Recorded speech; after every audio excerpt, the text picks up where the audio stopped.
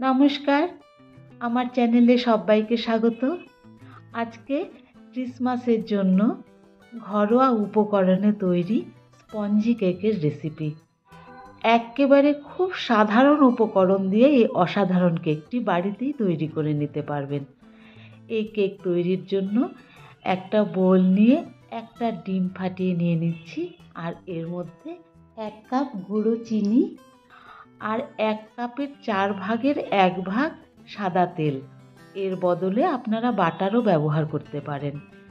এই 3টে জিনিসকে আমি 8 থেকে 10 মিনিট ধরে খুব ভালোভাবে ফেটিয়ে নেব। যতক্ষণ না ডিমটা ফেটে একদম এইরকম সাদা ফুলে উঠবে, ততক্ষণ অবধি আমি ফেটিয়ে নিয়েছি। এবারে এর মধ্যে 1/2 চামচ ভ্যানিলা এসেন্স দিয়ে এর ওপরে একটা ছাঁকনি বসিয়ে ড্রাই ইনগ্রিডিয়েন্টসগুলো নিয়ে নেব। তার মধ্যে নিয়েছি 1 কাপ ময়দা, 1 চিমটে নুন, 1 চামচ বেকিং পাউডার আর 1 চামচের 4 ভাগের 1 ভাগ বেকিং সোডা। এই উপকরণগুলো কিন্তু এই পরিমাণে দিতে হবে, তাহলেই কেক সুন্দর হবে। ছাঁকনি দিয়ে ছেঁকে নিয়ে আবার এই ব্যাটারটা দিয়ে আমি ভালো করে মিক্স করব। একটু শুকনো শুকনো লাগছে। এবার রুম টেম্পারেচারে রাখা 1/2 কাপ দুধ আমি নিয়েছি। এই দুধটা অল্প অল্প করে মেশাবো। সঠিক কনসিস্টেন্সি না আসা পর্যন্ত ঠিক যেইটুকু দুধ প্রয়োজন হয় আমি আপনাদের দেখিয়ে দিচ্ছি। প্রথমে অল্প একটু দুধ দিয়েছিলাম, দেখুন একটু শক্ত মতো রয়েছে। এবার এই 1/2 কাপ দুধের পুরোটুকু দিয়ে দিলাম। এবার দুধের সাথে এই মিশ্রণটিকে ভালো করে মিশিয়ে নেব। মোটামুটি মিনিট 5 সময় লেগেছে। এবারে দেখুন এই যে ব্যাটারটা ভাঁজ ভাঁজ করে পড়ছে, তার মানে আমার ব্যাটার রেডি হয়ে গেছে। শুধু খেয়াল রাখতে হবে কোনো লাম্প যেন না থাকে। এবারে এর মধ্যে কয়েকটা টুটি ফ্রুটি মিশিয়ে দিচ্ছি। কেউ চাইলে ড্রাই নাটসও দিতে পারেন। এখন আমি গ্যাসের ওপরে কড়াই বসিয়ে দিয়ে এর মধ্যে 2 চামচ লবণ ছড়িয়ে দিয়ে এর উপরে একটা স্ট্যান্ড বসিয়ে দেব এবং 10 মিনিটের জন্য গরম হতে রেখে দেব। এই 10 মিনিটে আমি কেকের বাটিটা রেডি করে ফেলি। একটা বাটি নিয়ে এর মধ্যে একটু তেল ব্রাশ করে নেব। স্টিলের বা অ্যালুমিনিয়ামের যে কোনো বাটি নেওয়া যেতে পারে। এর উপরে একটা বাটার পেপার বসিয়ে তার উপরে আরেকটু তেল ব্রাশ করে নিচ্ছি।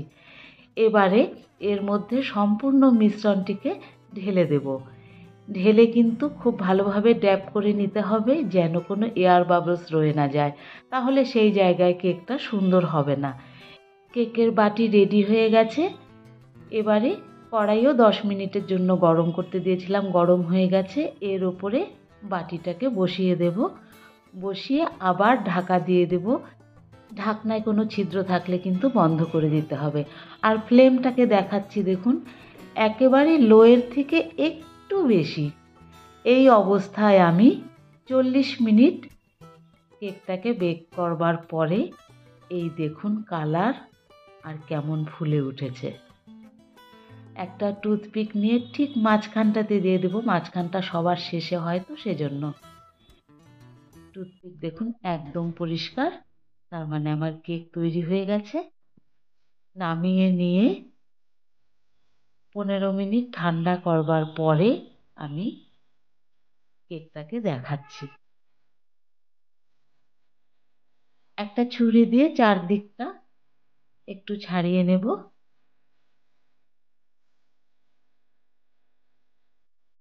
এবারে একটা প্লেটের ওপরে উল্টে দিচ্ছি কেকটাকে।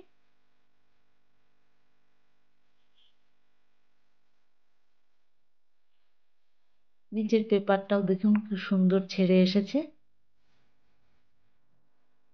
আর কেকটা যেমন নরম তেমনি স্পঞ্জি হয়েছে। মাইক্রোওয়েভে করলে কিন্তু ওপরের কালারটাও ওই রকমই ব্রাউন হতো। যেহেতু আমি কড়াইতেই কেক বানিয়েছি, ওপরের রঙটা অতটা ব্রাউন হবে না। চলুন এবার কেকটাকে কেটে নিই।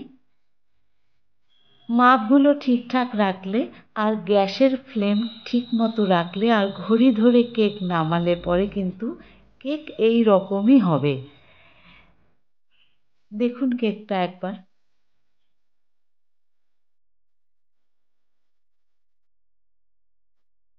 যেমন নরম তেমনি স্পঞ্জি, আর যে বলে না জালিদার কেক, এই রকম।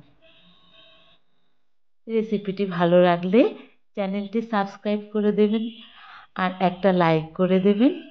ধন্যবাদ, ভালো থাকবেন।